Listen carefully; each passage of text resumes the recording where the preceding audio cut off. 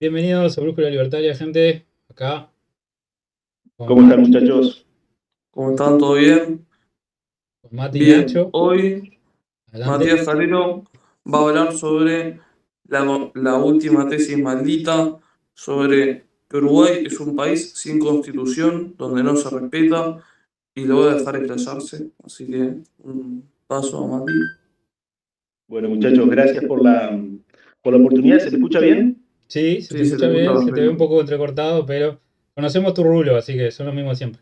Bueno, bueno, la cuestión es esta, sí, esta era como una tesis que no estaba dentro del quinteto inicial, y es como una tesis, por ahí un bonus track, si lo quieren ver así, un regalo de fin de año, no sé, como lo quieran ver. Pero sí es una tesis que en realidad yo la he venido sosteniendo en distintos videos, en las distintas columnas de la estocada, incluso también en otras participaciones mías en el podcast, en Brújula Libertaria, que es que Uruguay no tiene una constitución. Y yo podría ampliar la tesis, o sea, la tesis que Uruguay no tiene constitución, yo la podría ampliar y decir que nunca tuvo constitución, y me atrevería a decir que nunca la tendrá. Es una tesis que obviamente puede ser revulsiva, porque todos conocemos este libro, digamos, que es la Constitución del Uruguay. O sea, hay artículos, hay normas, supuestamente acá se regula lo que son los derechos individuales, el mecanismo del Estado, cómo funcionan los poderes, el poder legislativo, cómo se compone, cómo funciona, cómo se crean leyes, cómo funciona el poder ejecutivo, cómo funcionan los mecanismos de el poder, los órganos de control, en fin. Entonces, formalmente uno tiene un texto escrito llamado Constitución. Pero la cuestión es que Uruguay no tiene una constitución en sentido material, que es en definitiva lo que vale como constitución. O sea, una constitución es en definitiva una norma jurídica, por lo menos en la lógica del constitucionalismo moderno, es una norma jurídica que tiene la mayor validez posible dentro del ordenamiento, o sea, nadie podría desconocer la Constitución, ningún órgano ni ningún individuo podría actuar en contra de la Constitución, porque es la norma de máxima jerarquía, digamos, ¿no? Que es la norma que tiene la mayor validez dentro del ordenamiento. Ahora, sin duda alguna, la Constitución, Uruguay tiene una Constitución en sentido formal, ¿sí? Pero mi tesis es que en la sustancia no tiene lo que comúnmente se llama una Constitución, que es, si bien es cierto, es una norma jurídica escrita, pero que tiene que tener dos grandes funciones, digamos, ¿no? Por un lado, establecer los derechos fundamentales de los individuos, ¿sí? Así como también ciertos deberes, y organizar el funcionamiento interno del gobierno, ¿no? Es decir, establecer cómo se compone el poder legislativo, cuántos poderes hay, porque en general en las constituciones liberales hay tres, el legislativo, el ejecutivo y el judicial, pueden haber otros, ¿sí? Por ejemplo, en la constitución venezolana se estableció algo así como un poder comunitario o algo así, que fue lo que Maduro convocó con la Asamblea Constituyente en su momento para tener poderes extraordinarios, eso está en la Constitución, es otro poder más, pero en general las constituciones modernas de corte continental tienen estos tres poderes, ¿no? Entonces la Constitución tiene que establecer, la función de la Constitución es establecer un conjunto de derechos mínimos, ¿sí? Y de limitaciones al ejercicio del poder político, y después organizar el funcionamiento del poder político, ¿no? Es decir, organizar el Estado.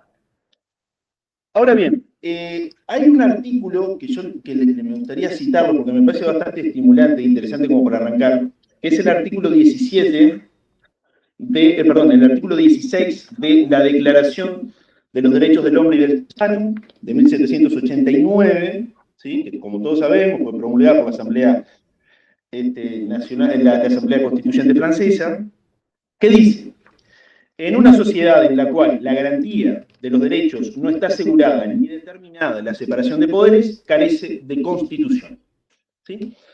Entonces, la tesis, digamos, básicamente, en estos minutos yo lo que voy a intentar justificar es por qué Uruguay tiene un texto constitucional, pero que no garantiza real derechos individuales, ni tampoco establece muy las relaciones o la separación de poderes y las relaciones entre ellos, estableciendo mecanismos de control mutuo. ¿Sí? Entonces, la exposición va a ir más o menos por estos andariveles, pero hay una cuestión que no es menor, que es histórica también, ¿sí? Que brevemente es necesario como para enmarcarlo. Es decir, lo que nosotros llamamos constituciones, ¿no? Son producto de la modernidad, ¿sí? Tanto en la Edad Antigua como en la Edad Media, el poder político se regulaba a través de una red muy compleja de relaciones personales entre el príncipe y los distintos duques, o los distintos poderes fácticos, convenios, contratos, fueros y demás, pero no había algo así como un texto sistematizador que estableciese bien cuáles son las facultades de los monarcas y cuáles son los límites y demás. Básicamente se establecía, sobre todo en la Edad Media, lo que se llamaban los fueros, ¿sí? O sea, cada comunidad podía tener un fuero, ¿no? Es decir, una zona de no intervención en la cual el rey, el monarca, el titular del poder central, no podía intervenir de manera discrecional, y tenía que limitar ciertas, o respetar ciertas costumbres, ciertas prácticas. Entonces el poder no era ilimitado, estaba limitado ya sea bien por la costumbre, por ciertas prácticas o por ciertos pactos personales entre el monarca y distintas autoridades intermedias, por decirlo de alguna manera. El concepto de constitución, como lo entendemos hoy, nace en el siglo XVII básicamente y es propio del pensamiento político contractualista. Es decir, que la comunidad política nace de un pacto, ¿no?, entre los individuos que estaban en un estado de naturaleza, es decir, un estado de anarquía o falta de gobierno, por decirlo de alguna manera, es decir, no había un poder centralizado, y que crean la sociedad civil, es decir, crean el gobierno para poder obtener de ese gobierno ciertas funciones o ciertos servicios que era básicamente mantener la paz y la seguridad y de alguna manera brindar servicios de justicia, es decir, dirimir o resolver conflictos entre los individuos, ¿no? Cosas que los individuos no podían hacer de manera individual o le era muy costoso, ¿no? Entonces, de alguna manera, se establece una especie de pacto, y aquí es donde viene, que yo esto ya lo he dicho más de una vez, el contractualismo me parece que es una idea bastante perversa, porque esteriliza, legitima el poder político de arranque, digamos, es decir, hace que el poder, la autoridad política sea producto del consenso, de la aceptación de los subordinados, entonces eso lo hace más tolerable, ¿sí? Lo hace menos ilegítimo, ya no es un rey que se impone sin ningún tipo de legitimidad, sin ningún tipo de consentimiento, simplemente por leyes de sucesión hereditaria, sino que además, en este caso ahora, el poder político es producto de una necesidad colectiva y está ratificado ese poder, está legitimado por el consenso de todos aquellos que van a someterse a él. Entonces, el poder político, de alguna manera, la lógica del constitucionalismo liberal debía estar enmarcado en un conjunto claro de reglas, ¿sí? Y eso es lo que después, paulatinamente, se dio en llamar Constitución. El antecedente que usualmente se pone es lo que se llama la Carta Magna de 1215, que es cuando el rey Juan I de Inglaterra, el rey sin tierra, digamos, Juan sin tierra, para de alguna manera apaciguar las relaciones bastante tumultuosas y complejas con los varones y los duques de la época, da una serie de prerrogativas, de derechos, de privilegios, digamos, en favor de esas distintas autoridades y por consiguiente una limitación de su propio poder.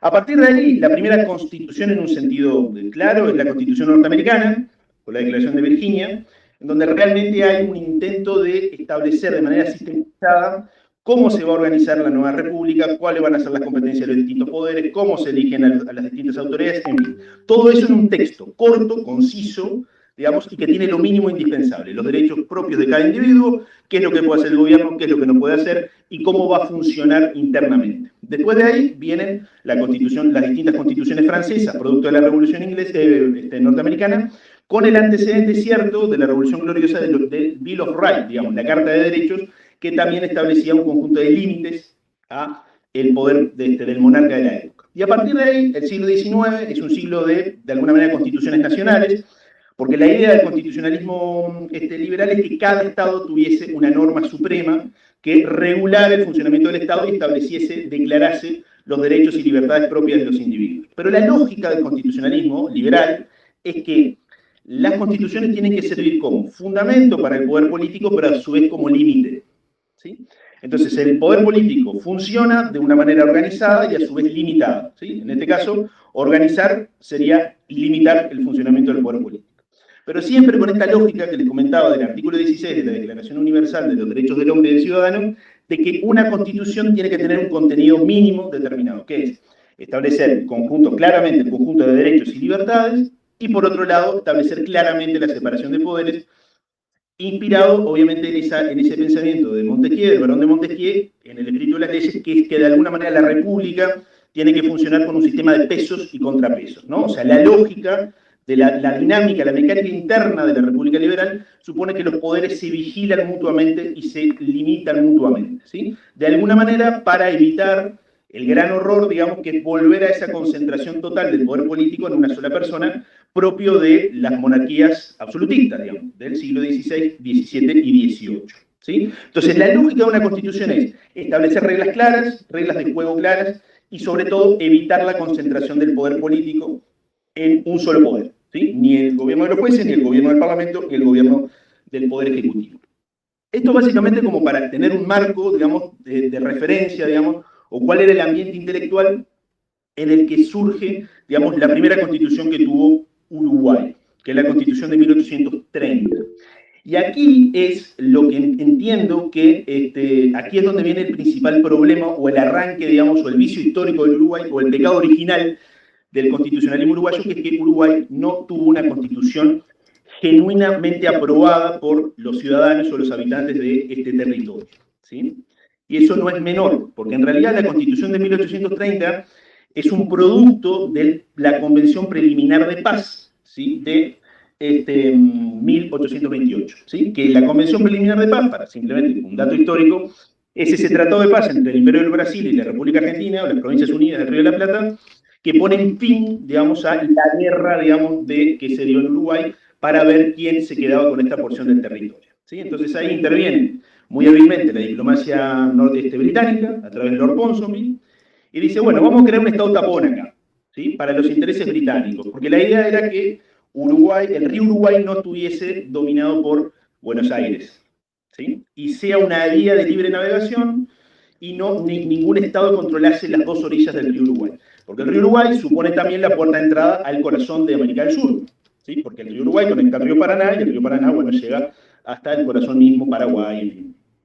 Y esto no es menor, porque incluso, otro dato histórico, incluso bajo el gobierno de Rosas, Inglaterra y Francia se aliaron para de alguna manera romper, digamos, el monopolio que tenía Rosas sobre el río Uruguay, y se da, digamos, la famosa batalla de Obligado, digamos, de la vuelta de Obligado, donde Rosas termina poniendo unas cadenas, digamos, de punta a punta en la entrada del Paraná para evitar que los ingleses pasasen, digamos. O sea, los ingleses tenían un interés muy claro en que esta zona del mundo, digamos, esta zona del Río de la Plata, fuese un estado independiente. Pero esto, que puede parecer algo como, digamos, traído de los pelos, no lo es. Porque si ustedes ven el texto de la Constitución del 30, ¿sí? Particularmente el artículo 149 de la Constitución de 1830, lo que dice es que la Constitución no va a entrar en vigor hasta que no se cumpla el artículo 7 de la Convención Preliminar de Paz, y el artículo 7 de la Convención Preliminar de Paz no era otra cosa que la sanción o la ratificación de ese texto constitucional que creó la Asamblea Constituyente, siempre y cuando no fuese contrario a los intereses de ambos países, ¿no? Entonces Uruguay tuvo una constitución que, si bien fue creada por los constituyentes uruguayos, pero estaba sometida al tutelaje, digamos, de ambos imperios, ¿sí? Ambos vecinos. Entonces Uruguay tuvo una constitución que no nació ni de una revolución, no nació de un acto espontáneo de ejercicio de la soberanía, porque nadie en esta zona quería realmente que Uruguay fuese algo independiente, sino que toda la lógica o el pensamiento de la época era que Uruguay se independizara de Brasil, porque Uruguay estaba dominado por el Imperio del Brasil, digamos, en lo que se llamaba la provincia cisplatina, y se unía que cada se invoque, digamos, la declaración de independencia, digamos, en piedra alta, pero se lee solamente la primera ley, que es la ley de independencia, pero no se lee la segunda ley, que es la ley de unión, ¿sí? Porque la ley de independencia era respecto al Imperio del Brasil, pero inmediatamente había una pretensión de unirse a las Provincias Unidas del Río de la Plata. O sea, en esta zona, digamos, durante toda la década del 20, no hubo una conciencia, un proyecto de independencia del Uruguay cierto, ¿no? La idea era independizarse de Brasil y unirse a lo que posteriormente se llamaría Argentina, ¿sí? Por eso, para mí, el día de la independencia tendría que ser el 18 de julio también. Bueno, es que en realidad, el 18 de julio de 1830 se jura la Constitución, pero como les digo, es una Constitución semi-otorgada. O sea, claro, no es que el Brasil o Argentina redactan la Constitución, pero sí la somete a su escrutinio, digamos, y a su aprobación para que entre en vigencia, y la propia Constitución del 30, como les decía, en el artículo 149, lo reconoce. ¿Sí? Entonces, Uruguay ya nace con una Constitución que de origen, digamos, no está viciada de legitimidad, podríamos decir. O sea, nadie quería una constitución. No es casualidad que Artigas, que en ese momento estaba en el Paraguay, digamos, digamos, benevolencia de Gaspar de Francia, que era el dictador de paraguayo de la época, no haya querido asistir a Montevideo a la lectura de la Constitución porque le era absolutamente extraño. Eso no era una manifestación de su proyecto político, ¿no? Entonces la Constitución del 30 fue algo extraño que se vino, se incorporó por esta lógica que les comentaba del constitucionalismo de la época, que es que cada Estado tenía que tener una Constitución, ¿sí? El problema es que Uruguay tuvo Constitución primero y Estado después, ¿no? Entonces la Constitución del Uruguay no crea nada llamado Estado. Es una norma formal, abstracta, con nula aplicación, porque imagínense que se aplicaría con suerte en Montevideo, en el resto de la campaña era tierra de nadie, y Uruguay vivió durante prácticamente 70 años en guerras civiles continuamente. Y que en definitiva era un esfuerzo de hacer que, sobre todo el Partido Nacional, los militantes del Partido Nacional respetaran la Constitución y de alguna manera reconocieran la legitimidad del gobierno de Montevideo. No es casualidad que, por ejemplo, con la última revolución sarabista se hubiese como una especie de dos gobiernos, o sea, Saravia gobernaba de la estancia que él tenía en 33 y de alguna manera el gobierno colorado gobernaba en Montevideo, ¿no? Entonces siempre se daba como esa dualidad. La Constitución del Uruguay, la Constitución del 30 nunca tuvo vigencia, por decirlo de alguna manera, ¿no? Siempre hubo una pugna por realmente establecer un control, digamos, concreto por parte del Estado del territorio nacional y hacer que las leyes emanadas del Parlamento realmente tuviesen aceptabilidad y vigencia, ¿no? Entonces, Uruguay ya tiene su historia constitucional, ya nace truncamente porque nadie quería esta constitución, absolutamente nadie, y nace de una acción de tutelaje, porque no es casualidad que en el propio Tratado Preliminar de Paz, el Pacto Preliminar de Paz, Uruguay tuviese 10 años de tutelaje, está establecido expresamente, para de alguna manera pacificar esta zona. O sea, Uruguay ya nace como un Estado sin soberanía y sin una constitución realmente legítima, o sea, no emana de un poder constituyente.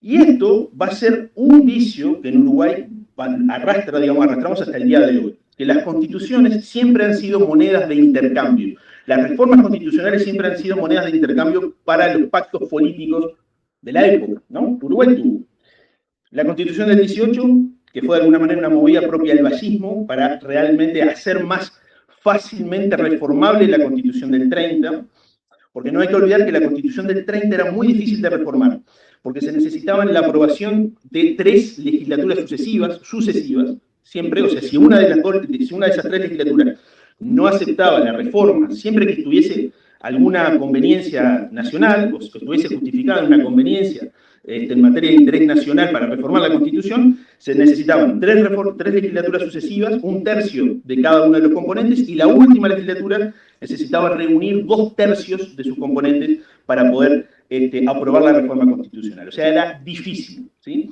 En 1912, los colorados lo que hacen es logran esas 3 mayorías sucesivas, logran modificar los artículos de 147 y siguientes de la Constitución del 30 y hacen más simple la reforma de la Constitución. Bastaba con la mayoría de 2/3 de la Asamblea Nacional General y una ratificación en las urnas a través del voto directo, ¿sí? Que fue lo que pasó con la Constitución del 17, que entra en vigor en el 18. Y a partir de ahí se desata un poco el gran problema en Uruguay, que es la excesiva reformabilidad de la Constitución, ¿sí? Que eso es uno de los puntos que voy a tratar un poquito más adelante para justificar por qué Uruguay no tiene una Constitución. Porque la idea es que una Constitución no puede ser reformada constantemente, ¿sí? Y Uruguay tuvo la reforma del 18, la reforma del 34, que es una reforma que lleva a terra para poder esterilizar y legitimar su golpe de Estado, el golpe del 33. La reforma del 42, que es una reforma con el golpe bueno de Valdomir, que lo que intenta es de alguna manera hacer más democrática la Constitución del 34. La reforma del 52, que es una reforma basada única y exclusivamente en un pacto político entre Martínez Trueba, la lista 14 y Herrera. Que en definitiva ahí se vuelve al colegiado, al Consejo de Administración Nacional, en fin. Y después la del 67, que lo que viene a hacer es, como fue un desastre la experiencia colegiada, se intenta volver al sistema presidencialista, digamos, del 34. Bien. Y después, Uruguay tiene, del 67 hasta hoy en día, tiene una serie de enmiendas constitucionales, la del 89, la del 94, la del 96 y la del 2004. Y seguimos contando, porque no es casualidad, ya en estas últimas 2 elecciones hemos tenido constantemente reformas constitucionales a ser plebiscitadas, ¿sí?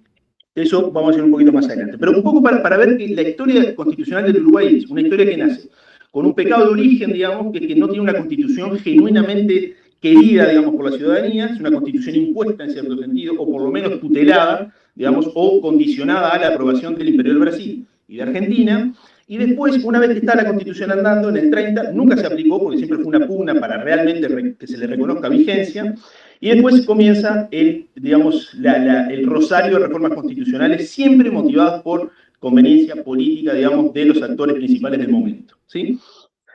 Con un condimento, que es que con la reforma del 34, Terra introduce el plebiscito, digamos, es decir, la Constitución ya, digamos, no exigía una propuesta aprobada por la Asamblea General, sino que bastaba la recolección del 10% del padrón electoral para abrir la instancia de la posibilidad de reformar total o parcialmente la Constitución.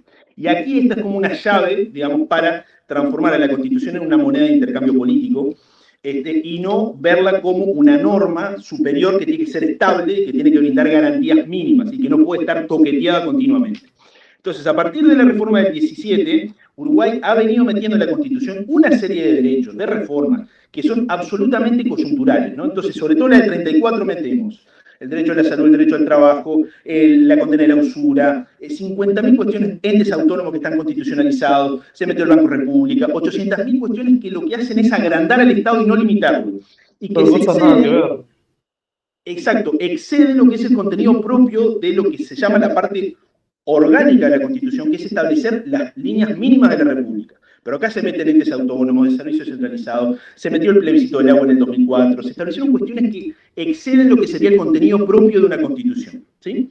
O sea, Uruguay no tiene, digamos, un límite, o sea, el pensamiento constitucionalista uruguayo no ha pensado decir, bueno, muchachos, esto es materia constitucional, pero esto no es materia constitucional.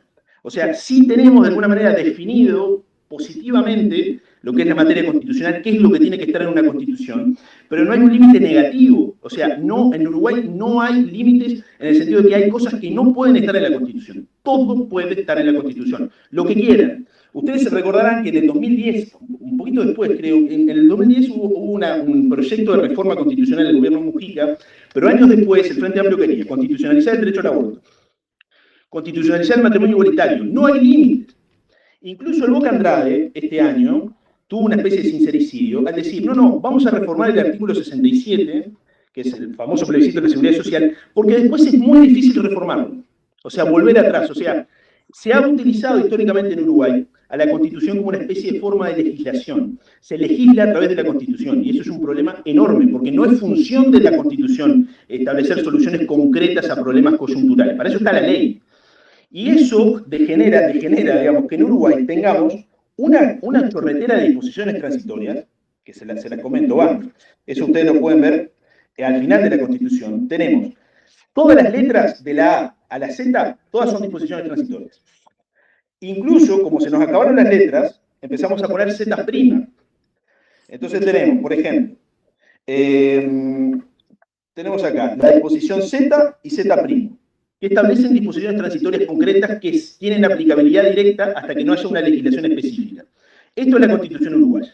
O sea, un conjunto de disposiciones transitorias de legislación automática, legislación directa, se legisla a través de la Constitución en pos o esperando a que haya una ley, una legislación específica, ¿sí? La reforma de la usura, digamos, o en contra de la usura que permitía Cabildo Abierto, establecía lo mismo. Establecía en la Constitución tasas máximas de interés, hasta que no hubiese una ley que estableciese otra cosa. Entonces, la Constitución en Uruguay se ha utilizado como, por un lado, un mecanismo de negociación política, una moneda de intercambio, digamos, para los pactos políticos de la época, y después una forma de legislar al margen de la legislación ordinaria a través del voto popular, digamos, ¿no? Entonces, a ver, la cuestión es, ¿por qué efectivamente, más allá de este derrotero histórico, por qué la Constitución actual del Uruguay no sería una Constitución? Siempre teniendo ese norte que es que, repito, volviendo al artículo 16 de la Declaración Universal de los Derechos del Hombre y del Ciudadano, para que haya una Constitución tendrían que estar garantizados claramente los derechos y las libertades individuales, y por otro lado, bien establecida la separación de poderes. Bueno, mi tesis es que Uruguay no tiene ni lo uno ni lo otro.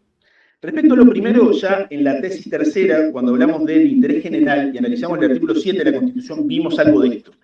Todos los derechos fundamentales de los individuos que habitan esta república pueden estar suspendido el derecho a ser protegidos en esos derechos por ley y por razones de interés general, sin límite alguno, por mayoría simple.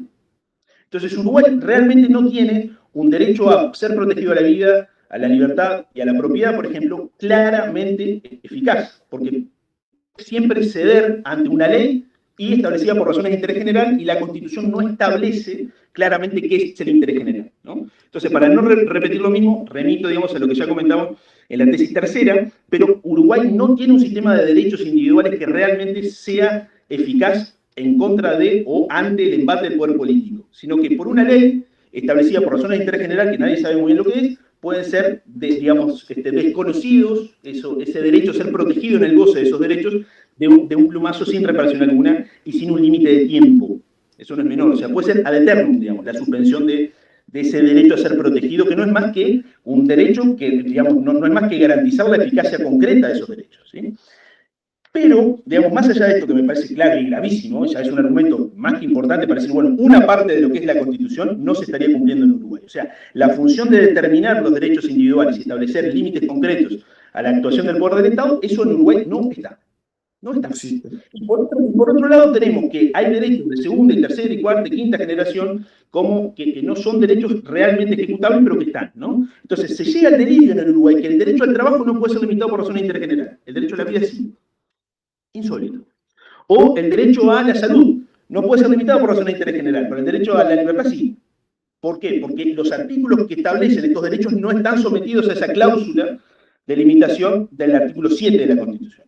Entonces, derechos menos relevantes que el derecho a la vida, a la libertad y a la propiedad no pueden ser desconocidos o limitados o privados de las personas o los titulares de esos derechos al goce, pero sí estos otros derechos que son mucho más fundamentales. Este es el desquicio constitucional del Uruguay. O sea, es una anarquía, es una cuestiones que o sea, te pueden expropiar a Piachele, pero no te pueden limitar el derecho a la salud. Insólito. Bueno, entonces, esto es una de las patas que a mí me permiten, digamos, establecer o decir por qué Uruguay no tiene una constitución. Pero hay cuestiones peores todavía.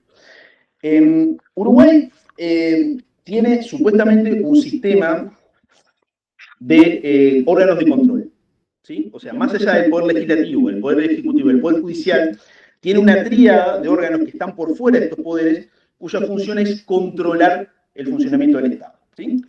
Y esos órganos son tres: la Corte Electoral, el Tribunal de Cuentas y el Tribunal de lo Contencioso Administrativo, ¿sí?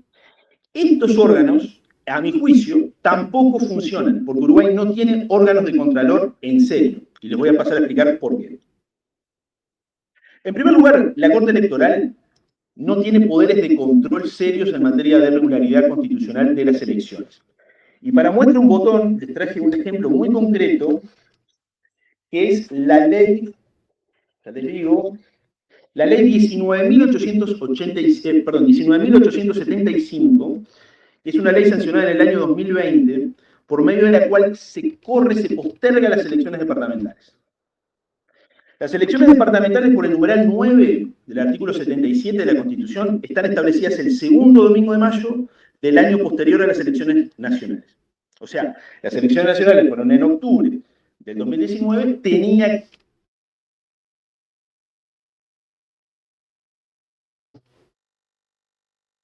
por una ley se desconoce este artículo constitucional y se la posterga.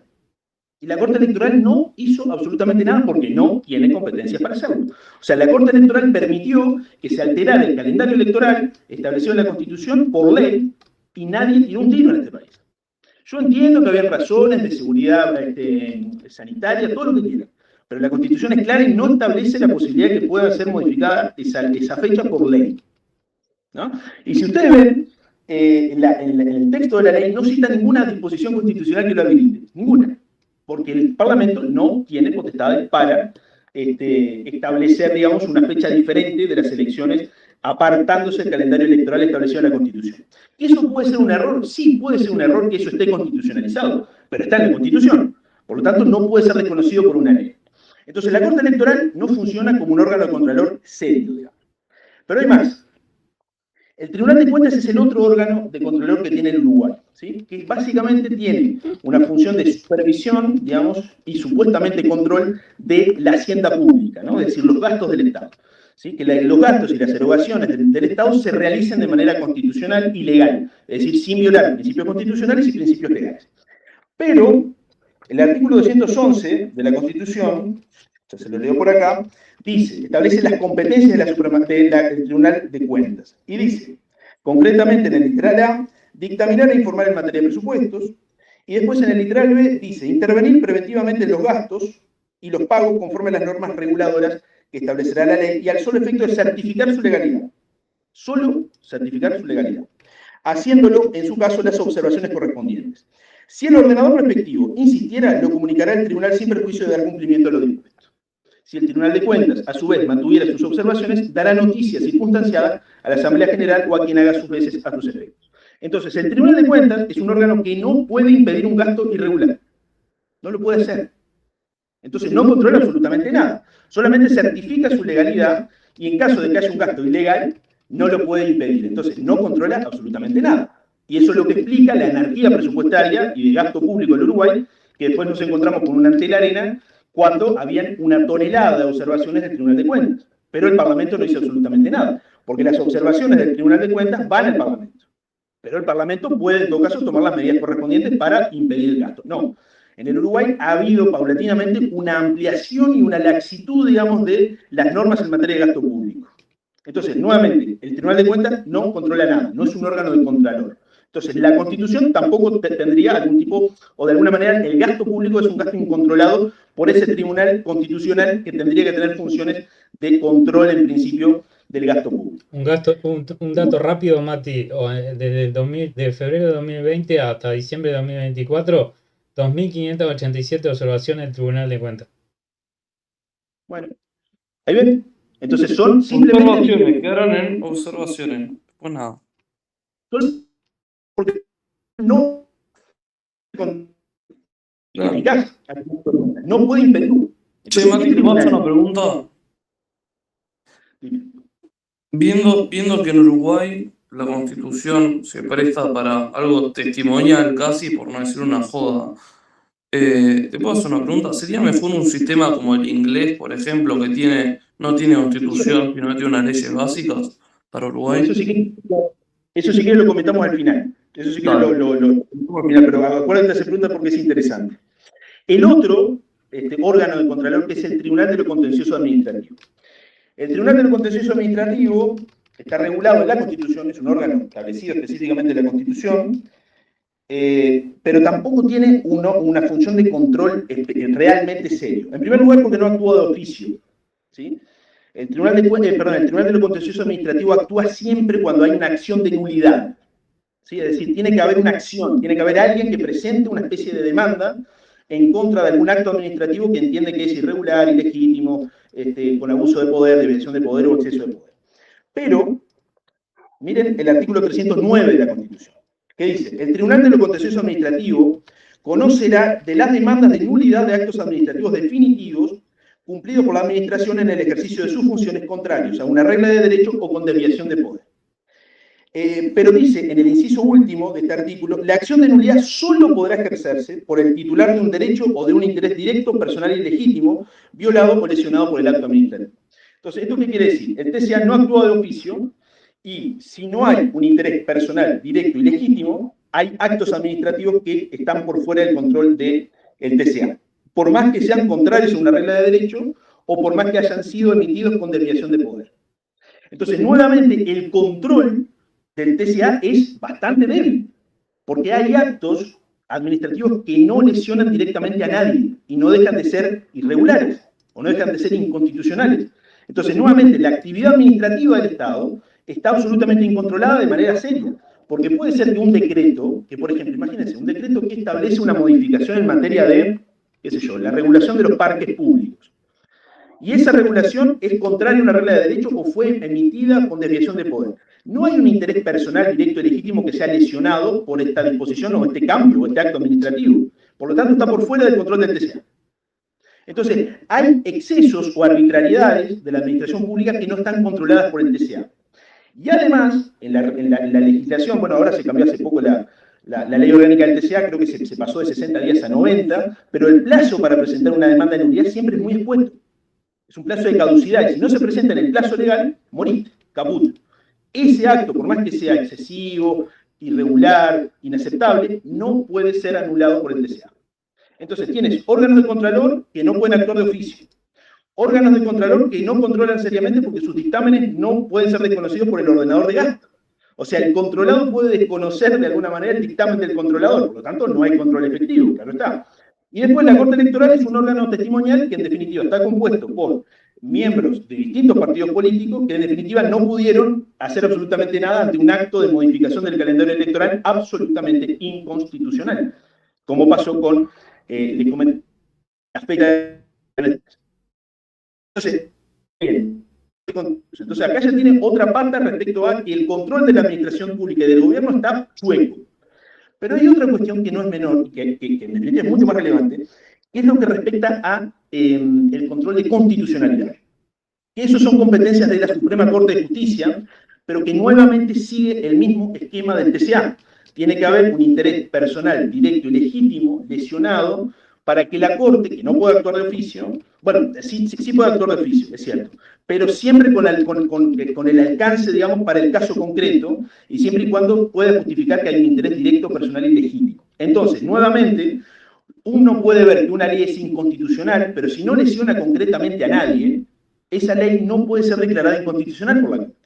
Entonces, nuevamente, hay inconstitucionalidades, hay violaciones de la Constitución que están al margen del control de constitucionalidad de la Corte. Entonces, nuevamente, la Constitución tiene un guardián, digamos, un protector bastante débil, bastante chueco, como es la Suprema Corte de Justicia. Y para muestra un botón, miren, por ejemplo, acá tengo algunos casos concretos. Por ejemplo, en la Presidencia de la República hay una serie de organismos como la Secretaría Nacional de Deportes, la GESI y otros similares que son absolutamente inconstitucionales, porque la Constitución solamente prevé que como órgano que dependa directamente de Presidencia es la OPP, nada más. Solo la Oficina Nacional, la Oficina de Planeamiento y Presupuesto. Se le metió la Oficina Nacional del Servicio Civil, que es un organismo que la Constitución prevé que se cree por ley, pero nunca estableció que pudiese estar en Presidencia. Está en Presidencia. Entonces, la Presidencia de la República ha crecido y se le han metido organismos que están al margen del control parlamentario, de manera absolutamente inconstitucional, pero nadie puede declarar o pedir que la Corte declare como inconstitucional las leyes que crean estos organismos y que los ponen dentro de la órbita de presidencia, porque no hay ningún interés personal directo y legítimo que pueda ser esgrimido o invocado para que se active el proceso de inconstitucionalidad. ¿Sí? Por ejemplo, otra cuestión, en materia de presupuestos, por ejemplo, ¿no?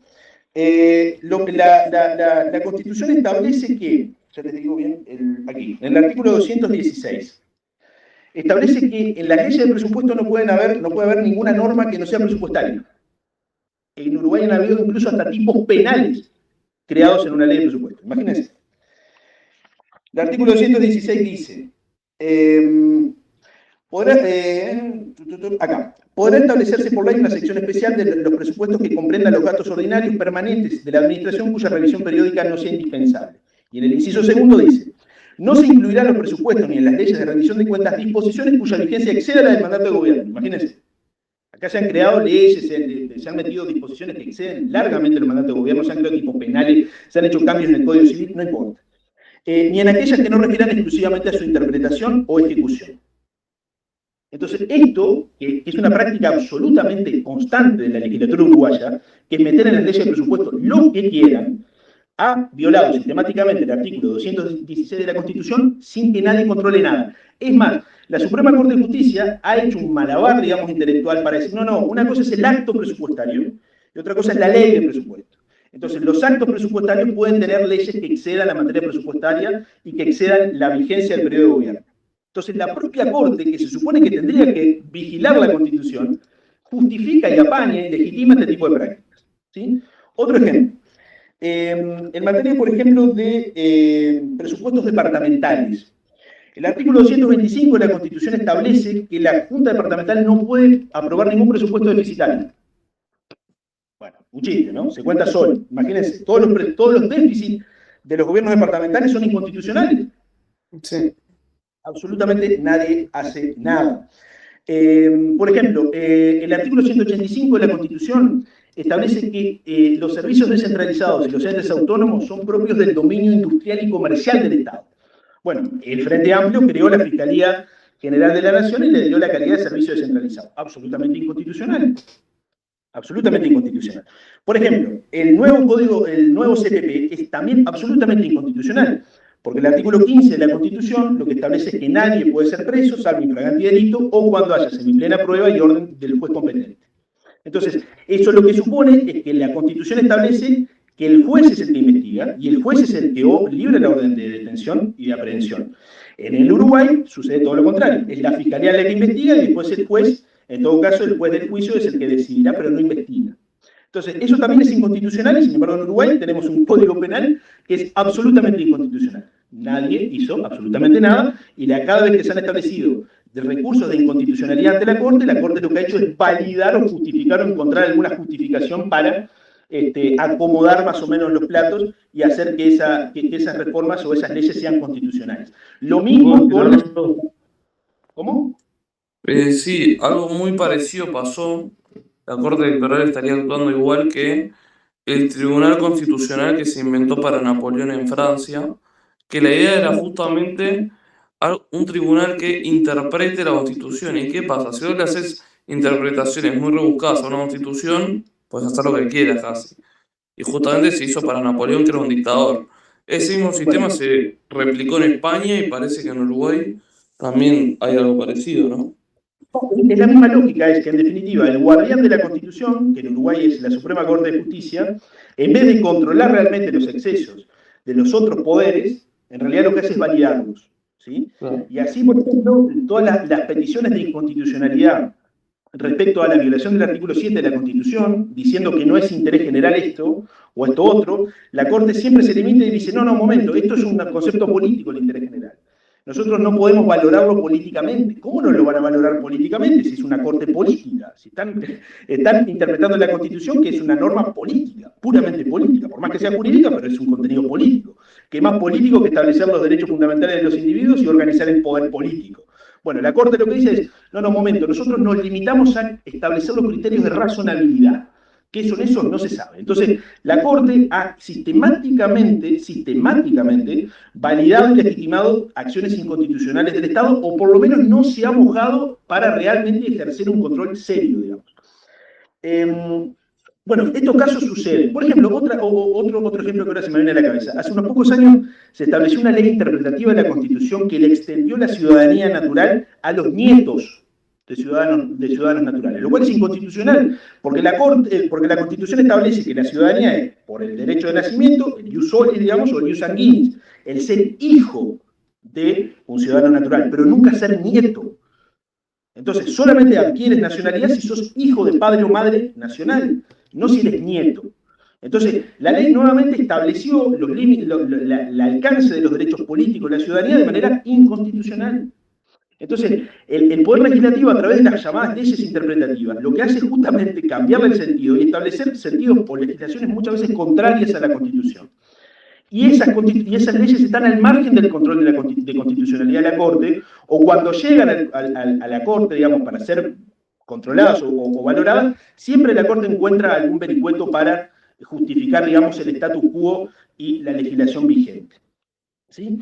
Entonces, con esto lo que quiero decir, y quiero cerrar con esto, con las cuestiones de la reformabilidad de la Constitución, que a mí me parece que ya es un despiole enorme, y que explica por qué las constituciones a partir del 34, que es cuando Terra reforma, digamos, la Constitución, que establece una Constitución nueva, e introduce lo que actualmente es el artículo 332, el 331, de la Constitución, que establece las distintas formas en las que se puede reformar la Constitución, siempre con el plebiscito, ¿no? Siempre con la validación de la ciudadanía. Pero hay una, que justamente una de las reformas, digamos, quizás más ponzoñosas en el Uruguay, que es la literal A, del 331, que es por iniciativa del 10% de los ciudadanos inscritos en el Registro Cívico Nacional, presentado un proyecto articulado que se elevará al presidente de la Asamblea General.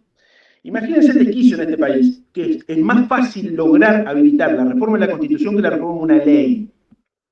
El referéndum exige el 25% del padrón electoral, el referéndum 10%. Entonces es más fácil habilitar un plebiscito que habilitar un referéndum. Y no hay límite alguno para reformar la Constitución, ¿eh? Por plebiscito se puede reformar toda la Constitución.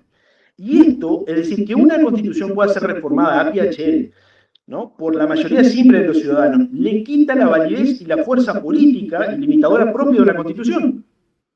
Porque además todas las reformas constitucionales siempre han sido para ampliar los poderes del Estado, nunca para limitarlos, nunca, jamás, jamás para limitarlos.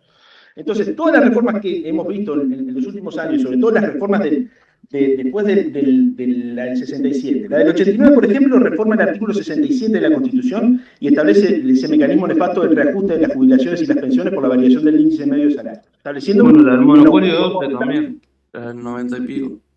Después la del 94 establece la disposición transitoria B', que deroga todas las reformas, todas las leyes de seguridad social contenidas en leyes de presupuesto.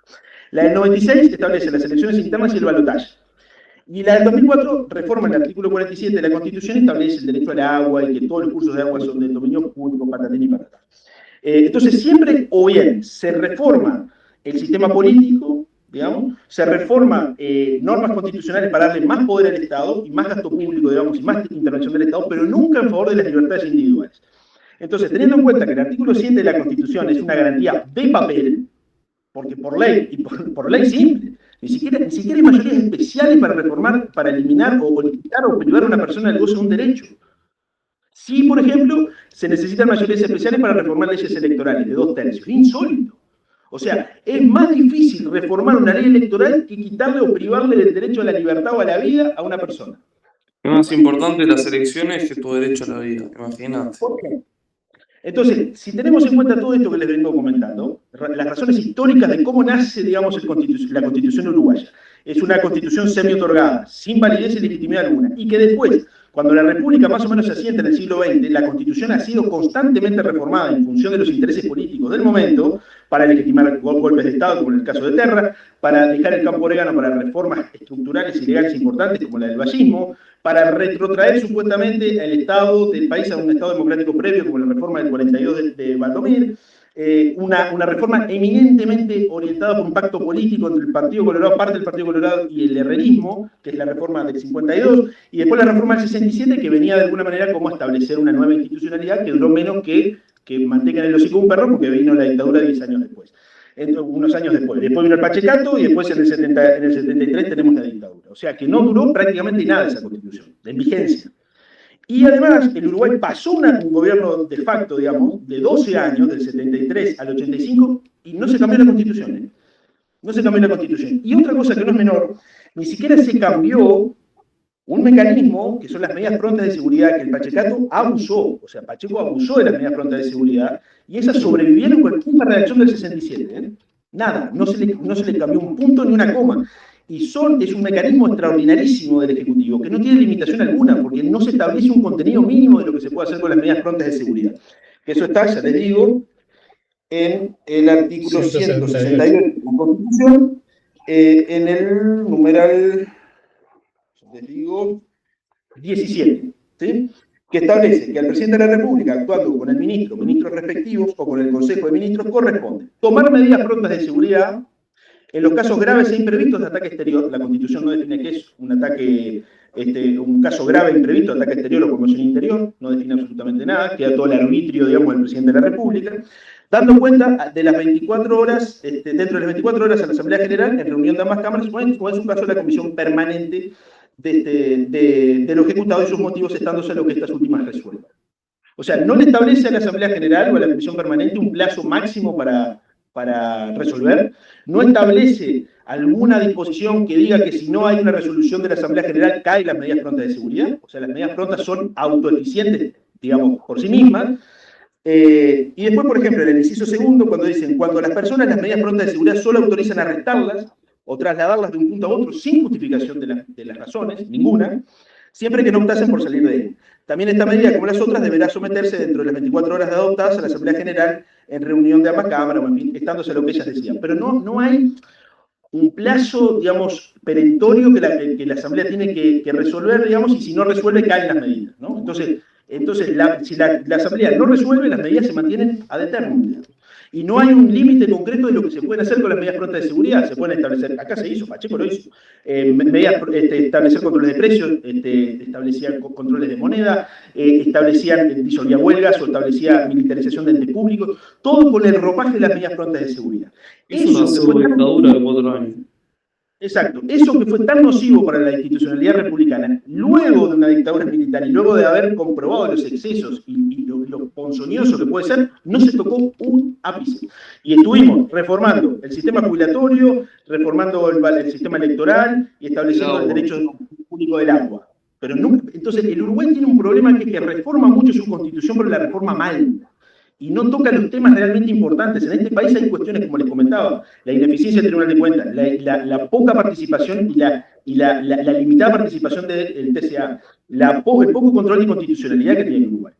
A mí lo primero que habría que evitar es ese texto de interés general, eso evitarlo. Del interés general y establecer y repensar que sea tan limitativo y tan restrictivo poder acceder a los controles de constitucionalidad y de regularidad de los actos administrativos y de constitucionalidad de las leyes, estableciendo que tiene que siempre haber una persona agraviada. Yo como ciudadano quiero que las instituciones republicanas funcionen bien y que la Constitución se respete, y no tengo que justificar un interés directo lesionado. No. Entonces, yo creo que el tribunal, que por ejemplo, que en la presidencia no hayan órganos que sean incontrolables, como la Secretaría Nacional de Deporte, por ejemplo, o la GESIC. Entonces, yo como ciudadano tengo un interés, ¿qué más interés que la Constitución se defienda y que funcione regularmente? Bueno, entonces la Constitución está viciada, todo el derrotero constitucional del Uruguay está viciado de origen, a nivel histórico, no solo por la Constitución del 30, que nace de alguna manera producto de una argucia y una estrategia diplomática del Imperio Británico. Es una constitución tutelada y otorgada en parte por el Imperio del Brasil y Argentina, y después, durante todo el siglo XIX, tuvo nula eficacia. En el XX, cuando se consolida la República, fue la moneda de intercambio y las reformas constitucionales.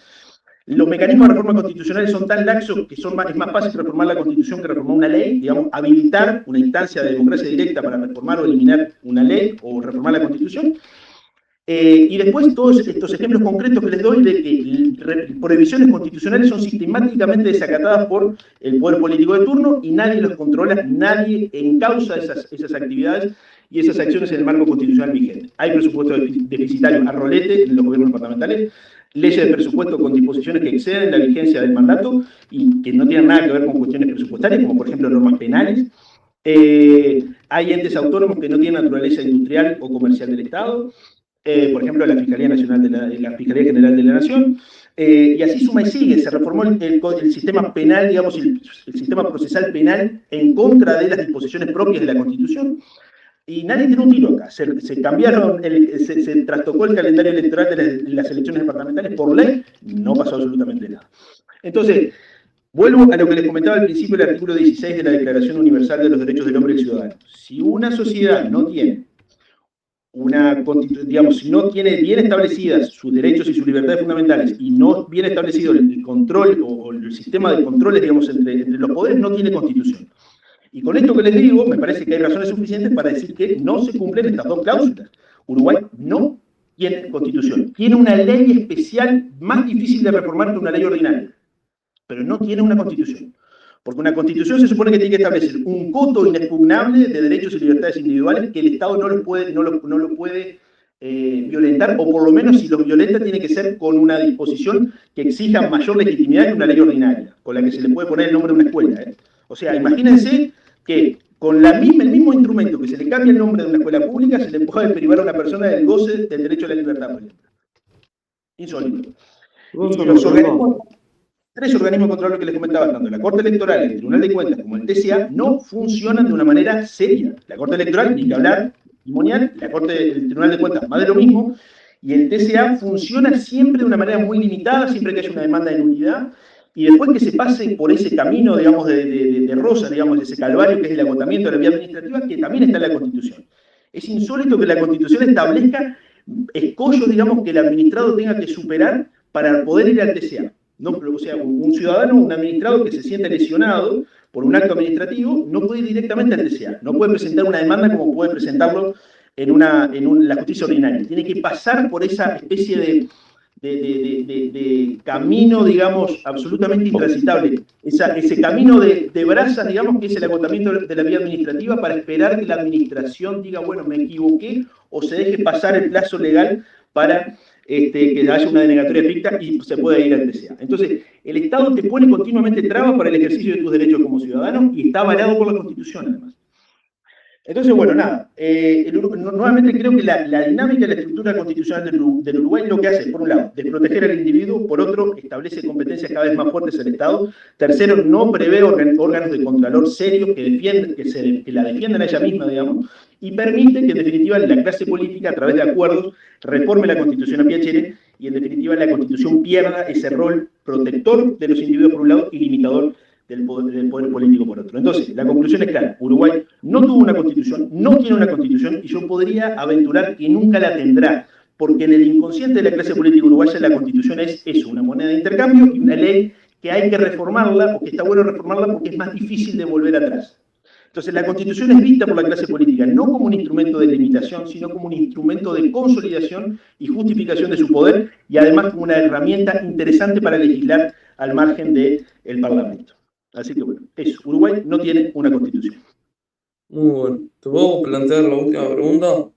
Que ya te la había dicho. Sería la primera, pero dale. Sí. Visto que Uruguay tiene una constitución, decir que dos, protector ni limitador, ¿se podría pensar un futuro Uruguay, medio utópico esto, ¿no? Pero mejor prescindiendo de una constitución, algo así como el modelo inglés, que tiene unas leyes fundamentales?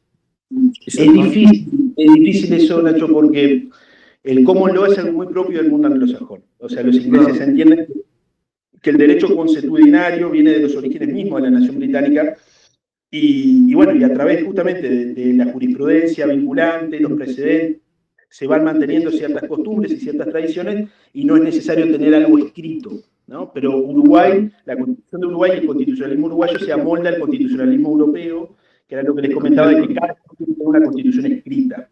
Entonces, si una constitución escrita pone, digamos, una responsabilidad y un peso importante en establecer bien claro qué es lo que se escribe.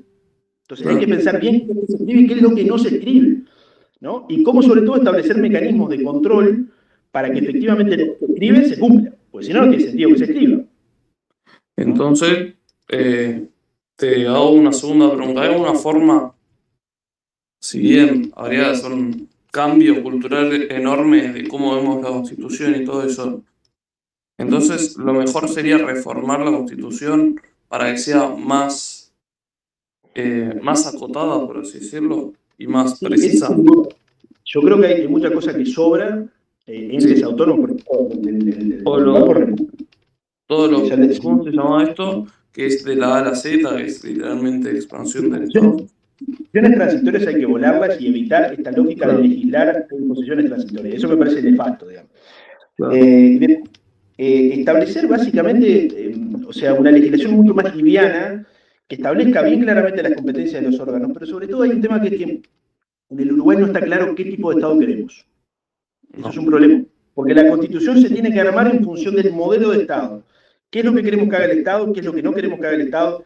¿Cuál va a ser la relación entre el individuo y el Estado? Entonces, si no tenemos claros esos nortes, tenemos este mamarracho que es que, por ejemplo, y además otra cuestión que me olvidé de comentarles, que es el artículo 72 de la Constitución, que es una cosa absolutamente ignominiosa, que permite meter derechos, deberes y garantías sin, digamos, constitucionalizar derechos, deberes y garantías sin que estén expresamente establecidos en la Constitución, y siempre y cuando se emanen o se deriven de la naturaleza humana o de la forma republicana de gobierno. Dice el artículo 72, la enumeración de derechos, deberes y garantías hechas por la Constitución no excluye los otros que son inherentes a la personalidad humana o se deriven de la forma republicana de gobierno. Entonces, la propia Constitución establece una especie de válvula de escape que permite que entren, de alguna manera, válvula de escape, no, una válvula de entrada, si se quiere, que entren cuestiones que al doctrino o al intelectual de turno le puede interesar. Por ejemplo, vamos a constitucionalizar el derecho al acceso a Internet, por ejemplo. No, un momento, porque se deriva de la dignidad humana. Y por mayoría simple, No, ni siquiera mayoría simple, Nacho. Entran de una. Entran de una, automáticamente. Entonces, eso lo que hace es que la Constitución mute, o sea, la propia Constitución, por el artículo 72, permite que su contenido se amplíe indefinidamente. Los derechos, deberes y garantías, que no son los que están expresamente enumerados en la Constitución, sino que pueden establecerse, digamos, de manera extensa, sin una ley, sin un acto consciente, sino si a alguno le parece que son derivados de la dignidad humana o de la naturaleza humana o de la forma republicana de gobierno. ¿Qué son Lo que conceptos básicos? da lugar es una expansión de lo que se llaman derechos positivos, es decir, por encima de los negativos.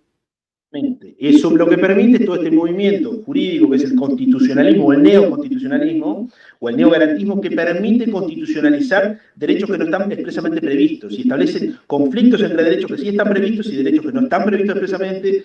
Entonces te genera un problema que es que la Constitución ni siquiera puede establecer claramente cuáles son los derechos. Porque se supone que los derechos fundamentales que tiene que traer la Constitución son lo que ya todos sabemos: vida, libertad y propiedad, y alguno más, si querés. Pero no esto de que si se derivan de, o sea, ¿qué más derechos que se derivan de la, qué otros derechos, digamos, más que estos que les comentaba, pueden derivarse de la dignidad o de la naturaleza humana?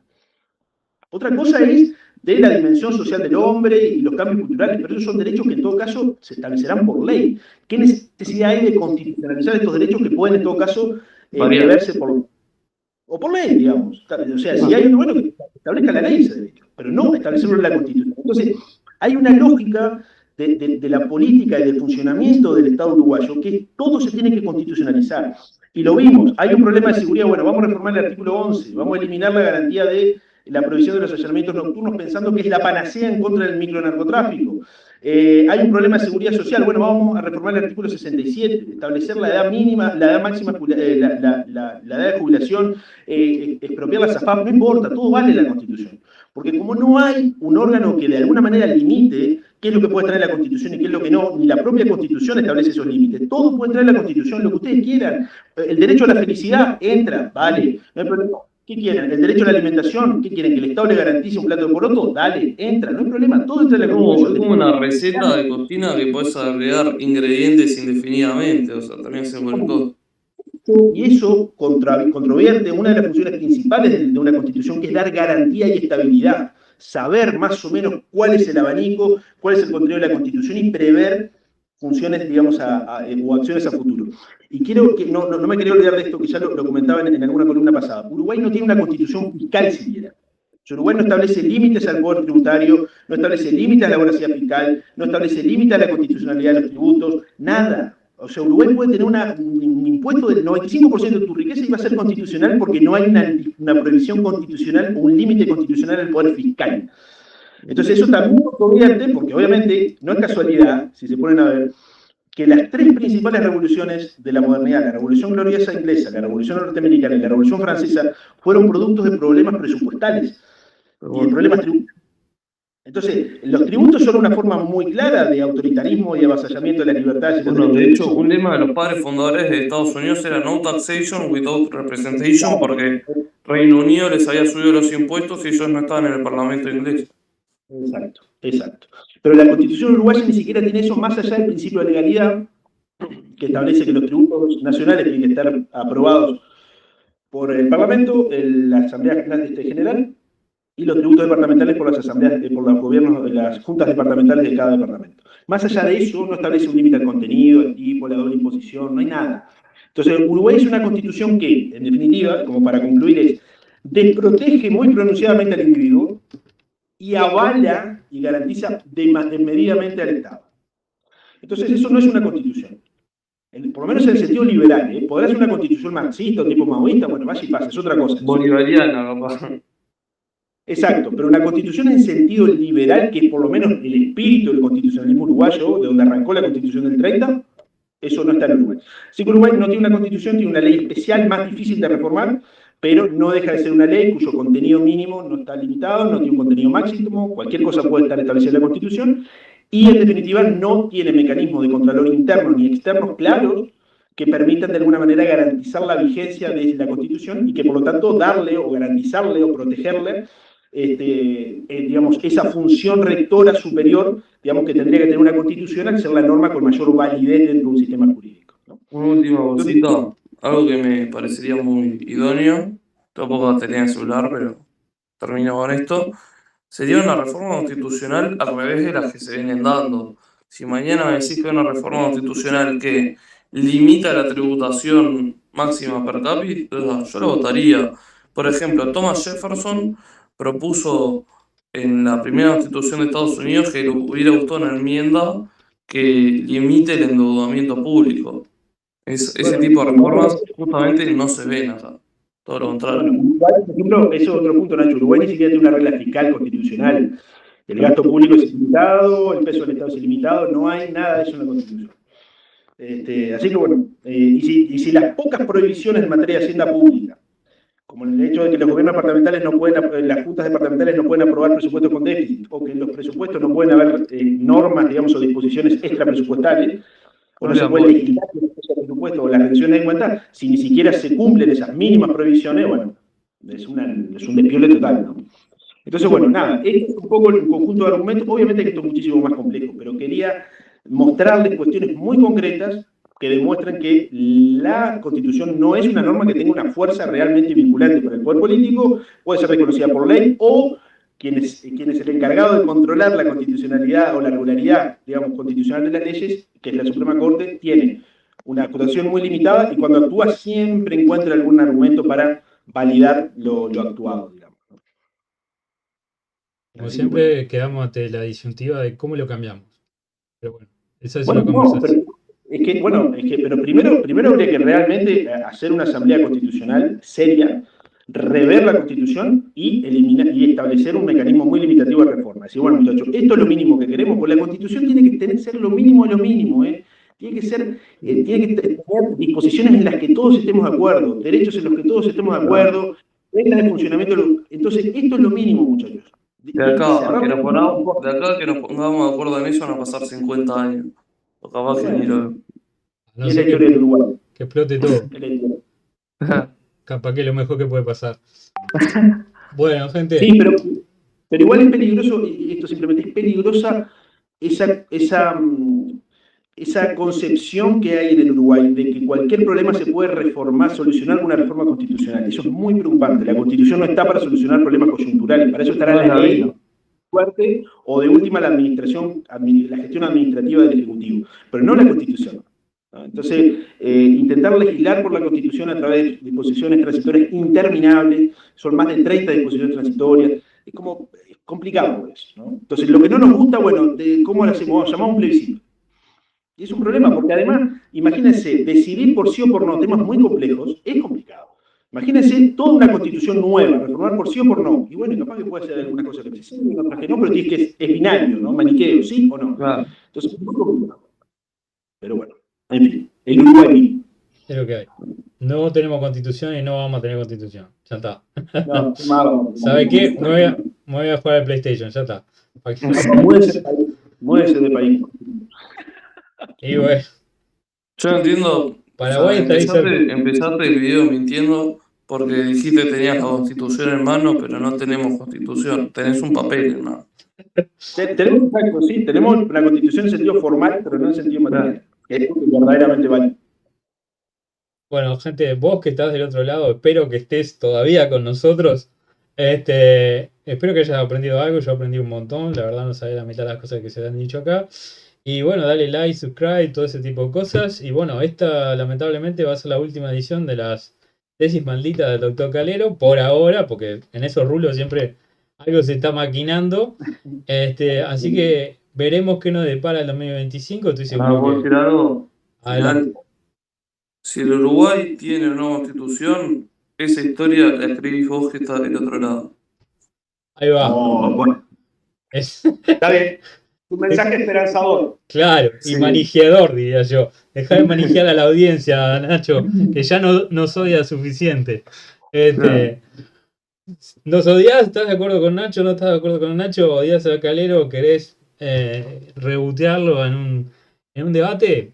Poné tu comentario abajo del video, los leemos todos. Podés llegar a estar acá debatiendo con el gran Calero o con Si cualquier nos otro. quieren putear, nos dejan un comentario y los invitamos Adelante. Una vez más, gracias por aguantarnos hasta acá. Y bueno, nos estamos viendo en la próxima entrega de Brújula. Hasta siempre. Chau, chau. Un saludo, muchachos.